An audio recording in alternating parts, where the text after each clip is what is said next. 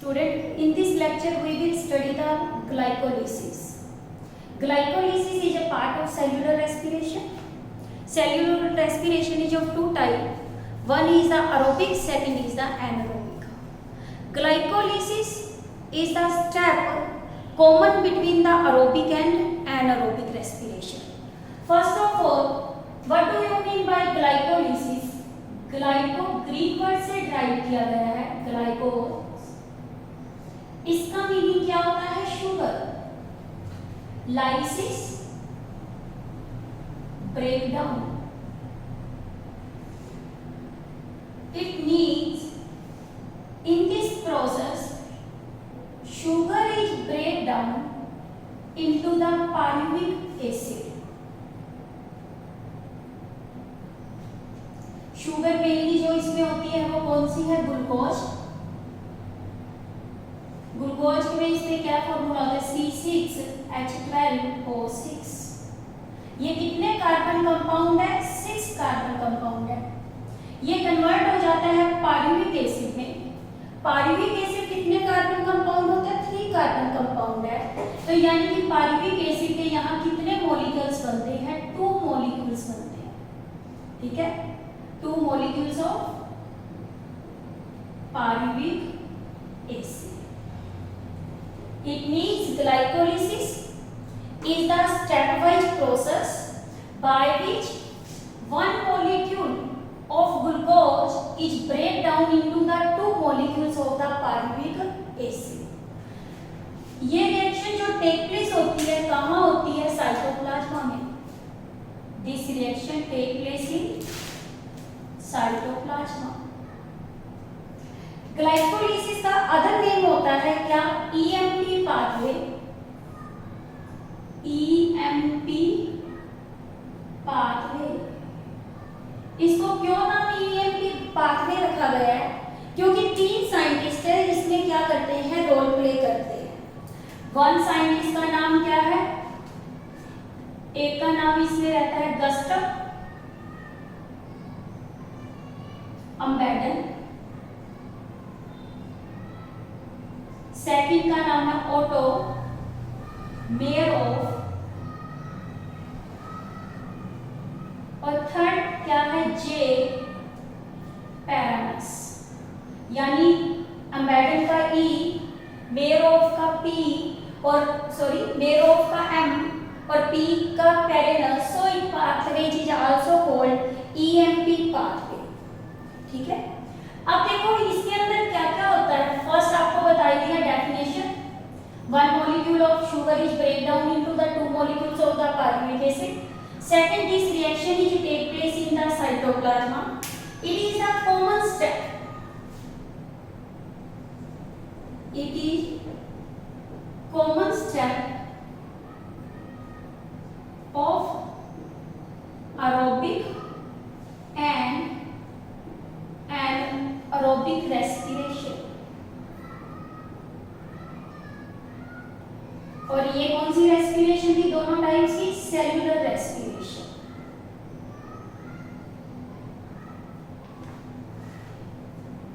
In this process, glucose is partially oxidized.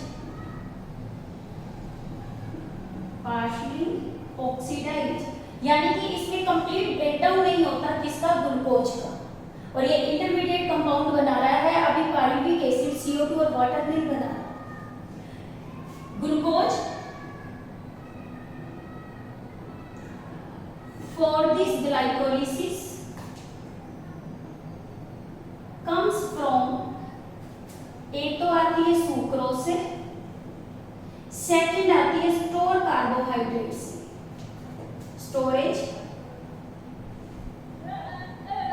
Carbohydrate. जो sucrose होती है ये क्या है? And product of photosynthesis. क्या होता है? ये एंड प्रोडक्ट है किसका? फोटोसिंथेसिस का. स्टोरेज कार्बोहाइड्रेट की बात करें तो पहले क्या होता है? स्टार्च. स्टार्च अपने आप को जैसे क्या करेगा? ब्रेक कर लेता है सुक्रोज में. एंजाइम काम करता है इन्वर्टेज, ये मिलकर फिर बनाता है एक ग्लूकोज और एक ये क्या बनाता है फ्रक्टोज। सुक्रोज एक क्या है डाइसैकेराइड, यानी कि इसमें दो शुगर है। दो शुगर इसमें कौन कौन सी हो गई आपकी, एक ग्लूकोज और एक फ्रक्टोज। ये दोनों ही ग्लूकोज और फ्रक्टोज एंटर कर जाती है ग्लाइकोलिसिस में। कौन से स्टेप में एंटर कर जाती है, glycolysis. Now next step, characteristics of the glycolysis. Glycolysis consists of 10 steps. This process consists of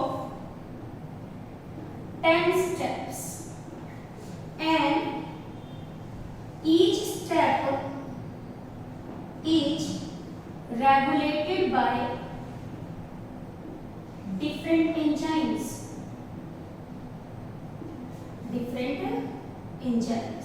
यानी 10 स्टेप प्रोसेस है ये, और 10 स्टेप प्रोसेस को जो रेगुलेट करते हैं वो डिफरेंट क्या करते हैं, एंजाइम्स करते हैं। इन 10 स्टेप को हम क्या करते हैं, डिवाइड करते हैं 2 स्टेप में। एक स्टेप होता है एनर्जी कंज्यूमिंग और एक स्टेप होता है इसके अंदर कौन सा, एनर्जी रिलीजिंग। जो एनर्जी इसका क्या होता है कंज्यूमिंग, उसे बोलते हैं प्रिपेटरी फेज, और जो इसके अंदर क्या होता है एनर्जी कंज्यूमिंग प्रोसेस, इसे बोलते हैं पे of phase.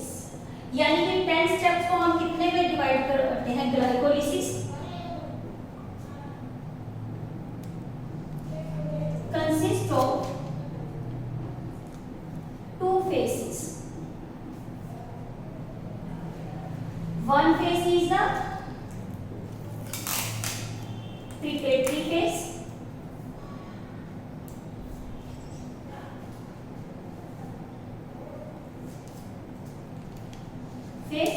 Second is the payoff phase. It is the energy consuming process. It is the energy consuming process. यानी इसमें ये किसको कंज्यूम करता है, that is ATP.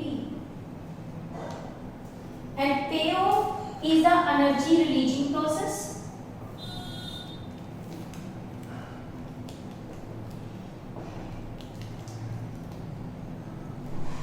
फेस, ठीक है। और इस केस में क्या होता है, NADH बनते हैं, प्लस में फॉर्मेशन होती है ATP फॉर्मेशन।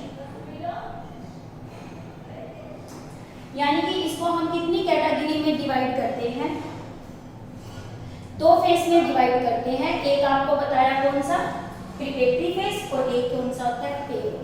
प्रिपेटरी में एनर्जी कंज्यूम हो रही है, ATP ले रहा है, यहाँ पे ATP, और दूसरा आपको बताया NADH और H, nicotine adenine dinucleotide. NAD आपका क्या होता है,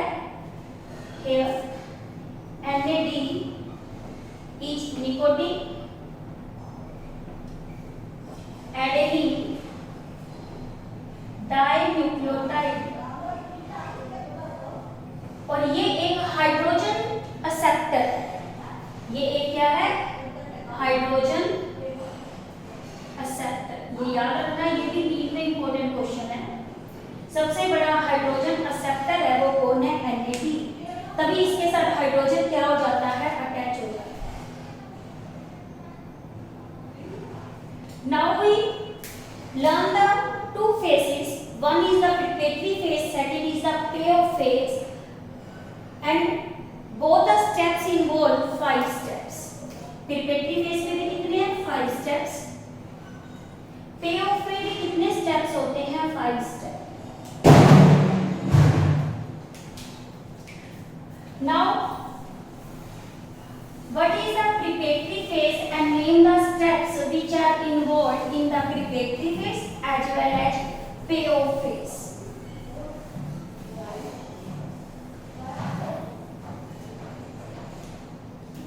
Now phases of glycolysis, कितने फेज है, 2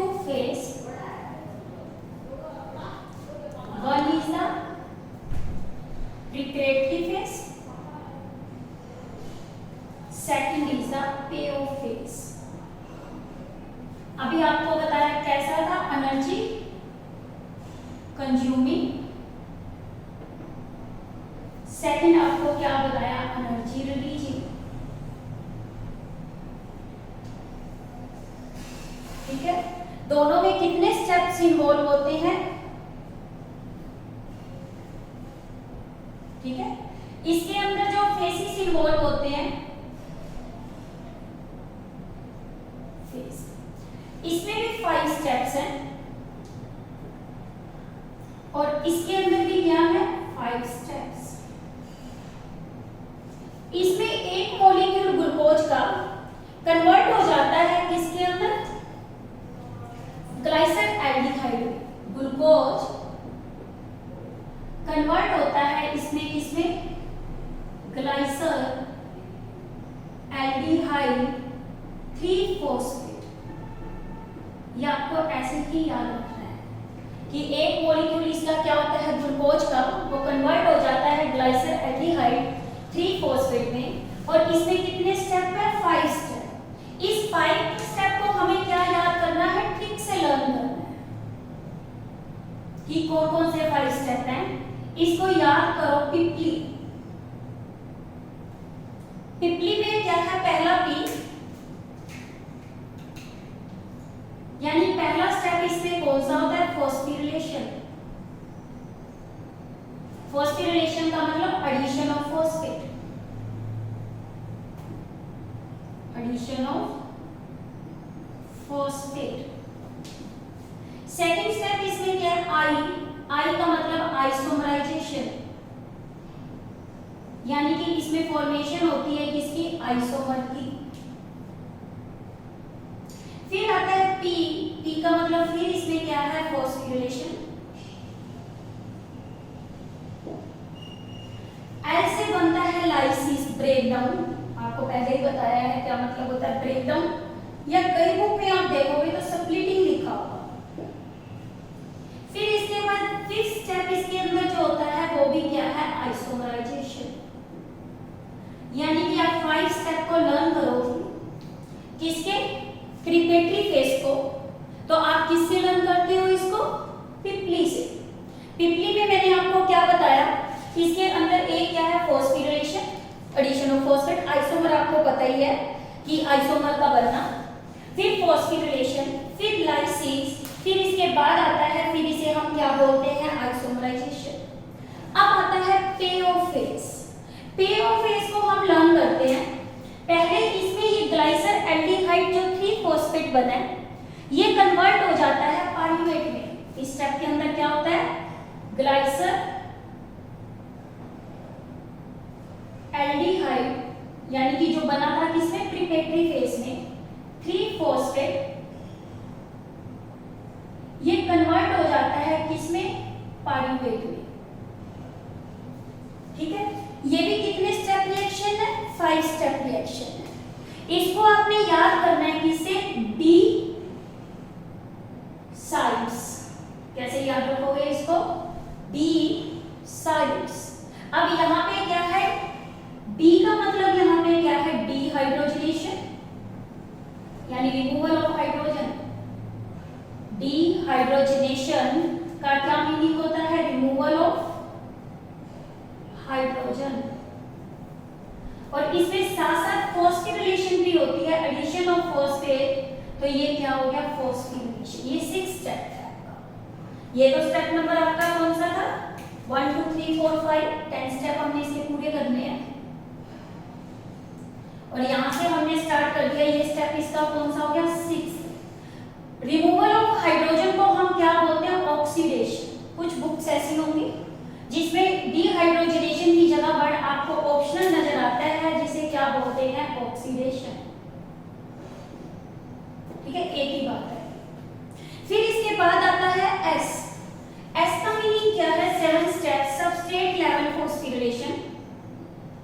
क्या बोलते हैं इसमें, सबस्ट्रेट लेवल फॉस्फोरिलेशन, यानी कि इसमें फॉर्मेशन होती है किसकी, एटीपी की।